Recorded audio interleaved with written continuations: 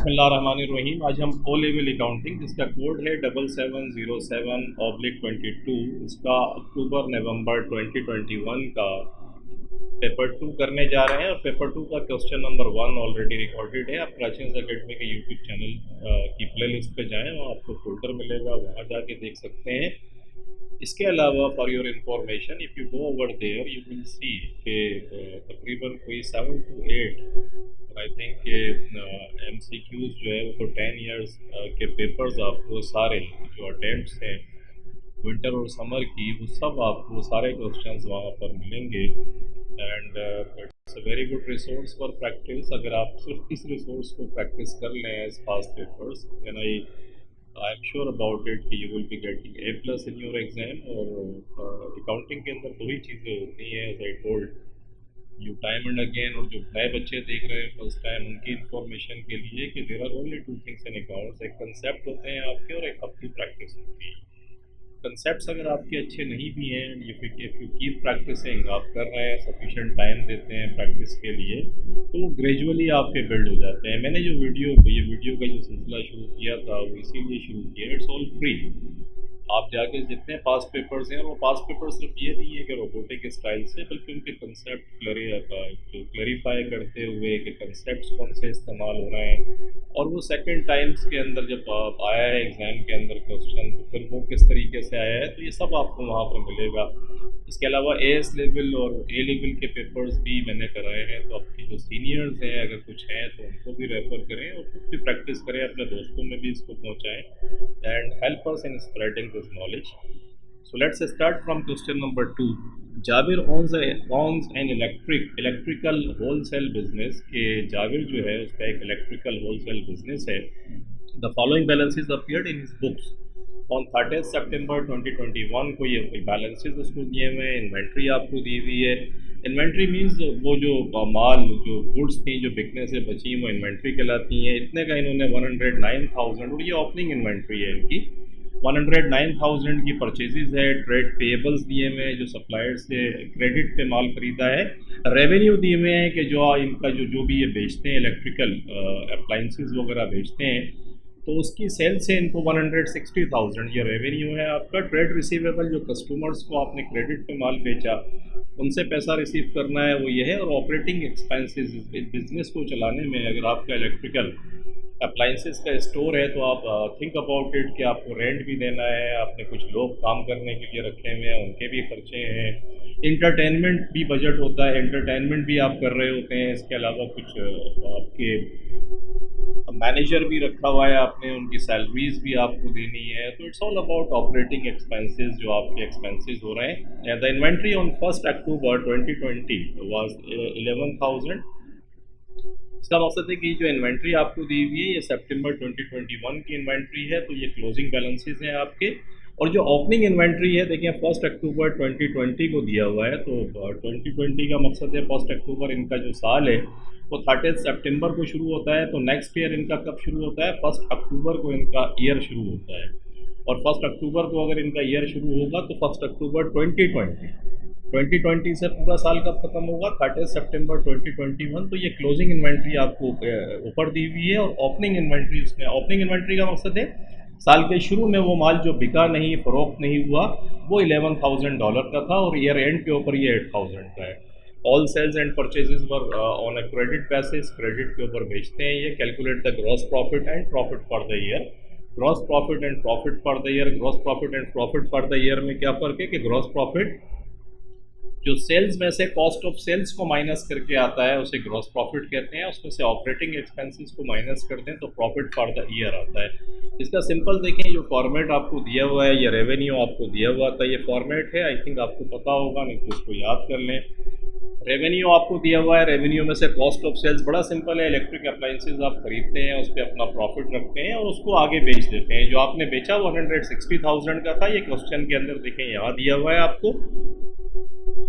इसके बाद cost of sales निकालने के लिए आए। कॉस्ट ऑफ सेल्स निकालने का सिंपल फॉर्मेट है कि ओपनिंग इन्वेंट्री कितनी थी आपकी। ओपनिंग इन्वेंट्री माने साल के शुरू में ये 11,000 आपको दी हुई थी, तो ये 11,000 ओपनिंग इन्वेंट्री आपकी आ गई। परचेजेस कितनी दी हुई है? 109,000। देखें जो आपने गुड्स खरीदी बेचने के लिए 109,000, इन दोनों को प्लस करेंगे तो गुड्स अवेलेबल फॉर सेल्स आ जाता है, गुड्स अवेलेबल फॉर सेल्स, कि ये माल आपके पास जो गुड्स थी वो बेचने के लिए तैयार थी, अवेलेबल थी, उसमें से क्लोजिंग इन्वेंट्री जो बच गई बिकने से वो $8,000 की है, ये आपको दिया हुआ है इसने, तो ये माइनस कर दें, इसमें से इतना माल अवेलेबल था, इतना बच गया, तो कॉमन सेंस है कि ये कॉस्ट ऑफ सेल्स आपकी आ गई।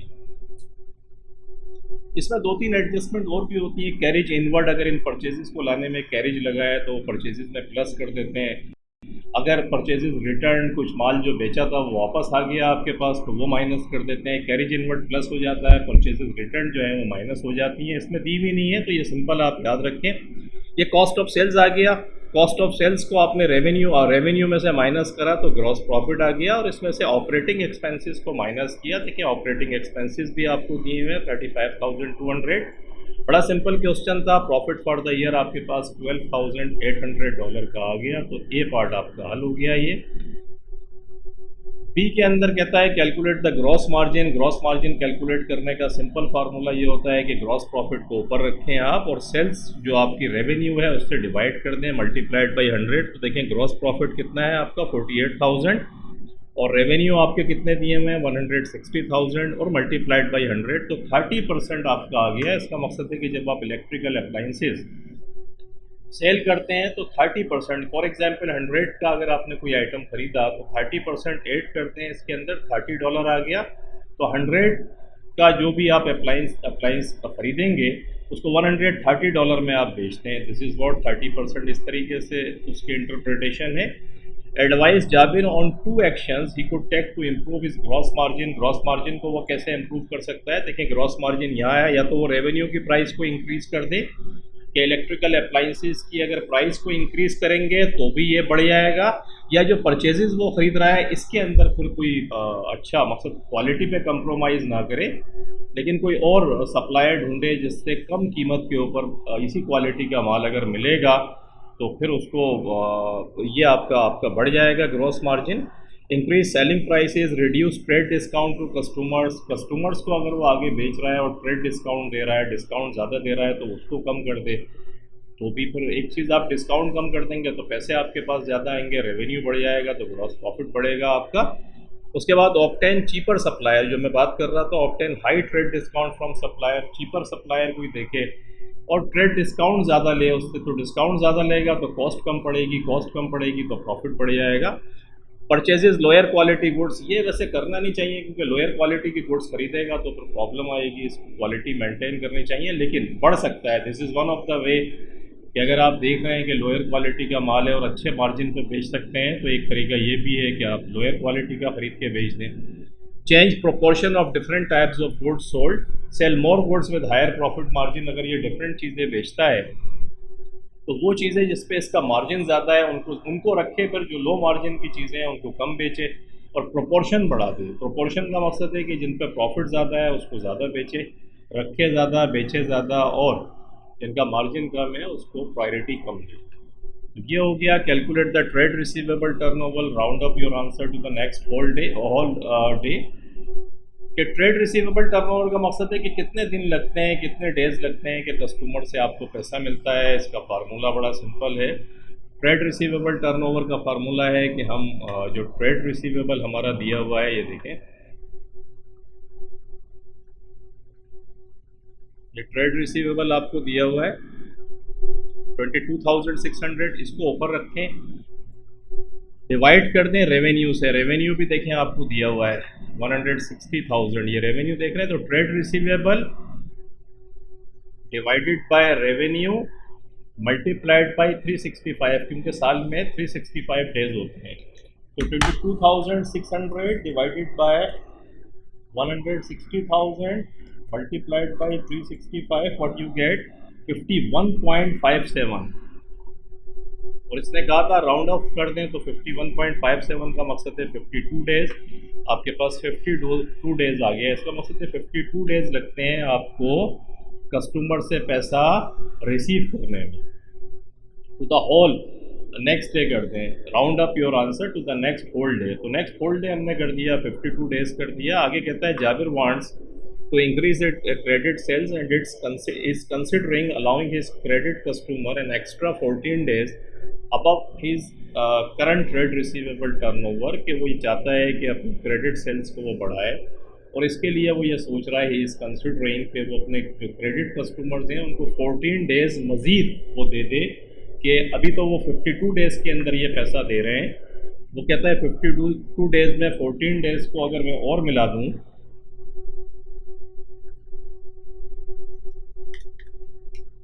तो 66 डेज, वो कहता है 66 डेज के अंदर, जब 66 डेज के अंदर ये पैसा वो देगा तो कस्टमर को एडवांटेज मिल जाएगा 14 डेज का। जब उनको एडवांटेज मिलेगा तो क्रेडिट सेल्स आपकी बढ़ेगी। This is what the strategy, उसकी स्ट्रेटेजी ये है।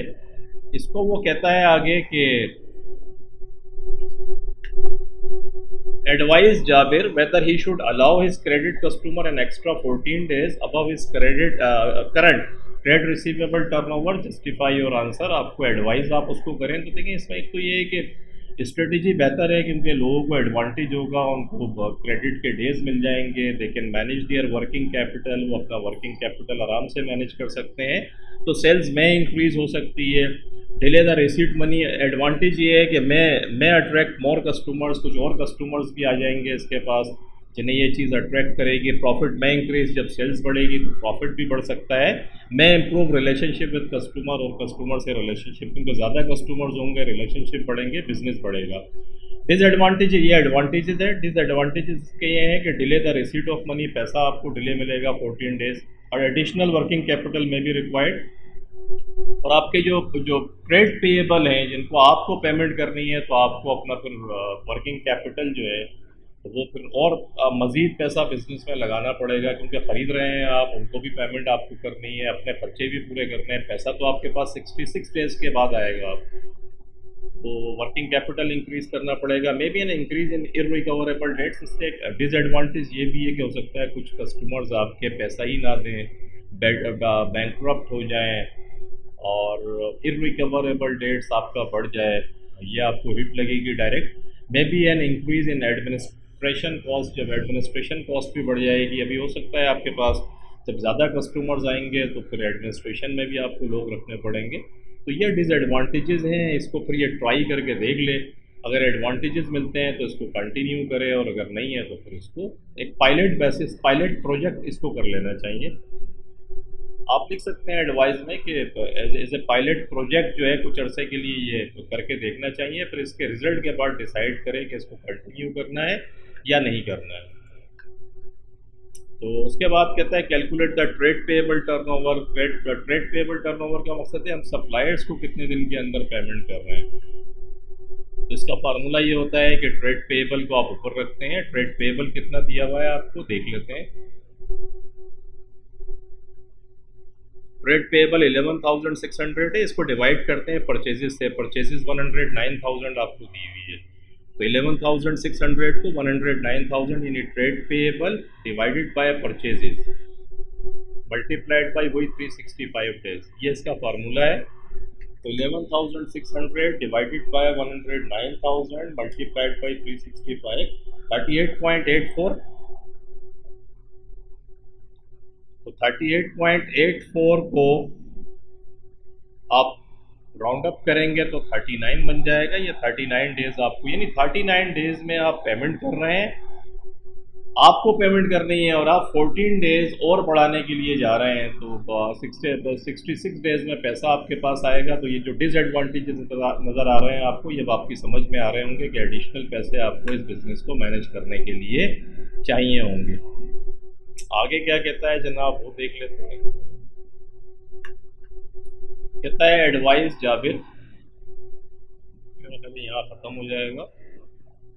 तो advice Jabir whether he should increase his current monthly purchases by 20%, कि करंट मंथली परचेजेस 20% से वो बढ़ा दे, to earn the additional trade discount, additional trade discount हासिल करने के लिए।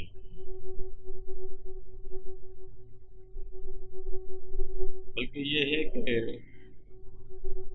यहाँ एक सवाल है, ये तो हमने कर लिया। ये कहता है जाबिर्स credit suppliers are prepared to double the rate of his trade discount provided he increases his current monthly purchases by 20%। कि वो जो सप्लायर हैं वो ये कह रहे हैं कि अगर ये एडिशनल 20% परचेजेस मज़ीद खरीदता है तो वो इसको एडिशनल देंगे, डबल कर देंगे, double the rate of spread discount. जो स्प्रेड डिस्काउंट उसको दे रहे हैं अभी, फॉर एग्जांपल 10% दे रहे हैं तो 20% देंगे। शर्त यह है कि ये अपनी परचेजेस को 20% से बढ़ा दे। इसकी परचेजेस है कितनी? 109,000 है इसकी परचेजेस। ये 109,000 को 20% से बढ़ा दे अगर ये, मतलब 120%, 130,800, 130,800 माइनस 109,000 तो 21,800 रुपीज़ से वो कहते हैं अगर मज़ीद आप ख़रीदेंगे तो ट्रेड डिस्काउंट को हम डबल कर देंगे। पूछ ये रहा है कि साहब ये जो मामला है आप बताइए, एडवाइस करें कि वो ऐसा करे या ना करे। तो ठीक है, इसके अगेन वो एडवांटेजेस और डिसएडवांटेजेस दोनों हैं इसके कि वो कर सकता है। Reduction in cost of sales, अगर वो ऐसा करेगा ट्रेड डिस्काउंट उसको मिलेगा तो उसकी कॉस्ट कम हो जाएगी, तो रिडक्शन इनकी कॉस्ट रिडक्शन हो जाएगी। If goods can be sold the gross profit will increase, purchases वो ज़्यादा करेगा, अगर ये बिक जाती हैं तो उसको प्रॉफिट ज़्यादा होगा। May reduce selling price to increase sales revenue, जब ये इसको ट्रेड डिस्काउंट मिलेगा तो ये डेफिनेटली अपनी सेल्स प्राइस को भी कम कर सकता है। भाई आपको एक चीज़ अगर फॉर एग्जांपल 10 रुपये में मिल रही थी और आप उससे 20 रुपये में बेच रहे थे, अब वही चीज़ अगर आपको 8 रुपये में मिल रही है तो आप 19 रुपीज़ में बेच दें तो आपकी सेल्स प्राइस भी कम हो जाएगी। उससे डेफिनेटली आपका सेल्स रेवेन्यू भी इंक्रीज़ हो सकता है। Could increase range of product to sell के, could increase range of products to sell के, डिफरेंट किस्म की रेंज वो रख सकता है प्रोडक्ट की जिसको वो बेचेगा तो प्रॉफिट हो सकता है। ट्रेड डिस्काउंट क्योंकि उसको मिल रहा है तो ये उसके एडवांटेजेस हैं। Consider if the additional goods can, ये इसके अंदर बड़ा इंपॉर्टेंट है कि consider if the additional goods can be sold, वो खरीद तो लेगा लेकिन बिकेगा भी माल या नहीं बिकेगा। Increase in quantity value of inventory, इससे क्वांटिटी बढ़ जाएगी, इन्वेंट्री आपकी बढ़ेगी। इंक्रीज कॉस्ट ऑफ स्टोरेज, वो मटेरियल जो ये ख़रीद रहा है बेचने के लिए उसकी स्टोरेज भी इसको चाहिए, मे भी उसके पास जगह ना हो इसको स्टॉक करने की, तो कोई जगह रेंट पे लेनी पड़ेगी, ये एडिशनल खर्चा होगा। एडिशनल वर्किंग कैपिटल में भी रिक्वायर्ड, मज़ीद आपको पैसा चाहिए होगा बिजनेस में लगाने के लिए। Increase in amount payable to suppliers each month, आपका ट्रेड पेएबल जो है वो हर मंथ बढ़ जाएगा। तो ये इसके एडवांटेजेस और डिसएडवांटेजेस हैं। रिकमेंडेशंस ये हैं, रिकमेंडेशंस इस किस्म के क्वेश्चन जब आएँ तो आप उसमें लिख दें कि जो जाबिर है उसको एडवांटेजेस, जो एडवांटेजेस एंड डिसएडवांटेजेस आपने बताए हैं उसको कंसिडर करके एक्ट अकॉर्डिंगली, और उसके हिसाब से वो देख ले कि अगर एडवांटेजेस ज़्यादा हैं तो ये डिसीजन कर ले, और अगर डिसएडवांटेजेस ज़्यादा लग रहे हैं जो उसको अफोर्ड नहीं कर सकता जिनको वो, तो फिर इसको पोस्टपोन कर दे फिलहाल। ये आपका क्वेश्चन नंबर 2 कंप्लीट हो गया है। इंशाल्लाह मिलते हैं फिर क्वेश्चन नंबर 3 के साथ। टेक केयर, अपना बहुत ख्याल रखिएगा। अल्लाह हाफ़िज़।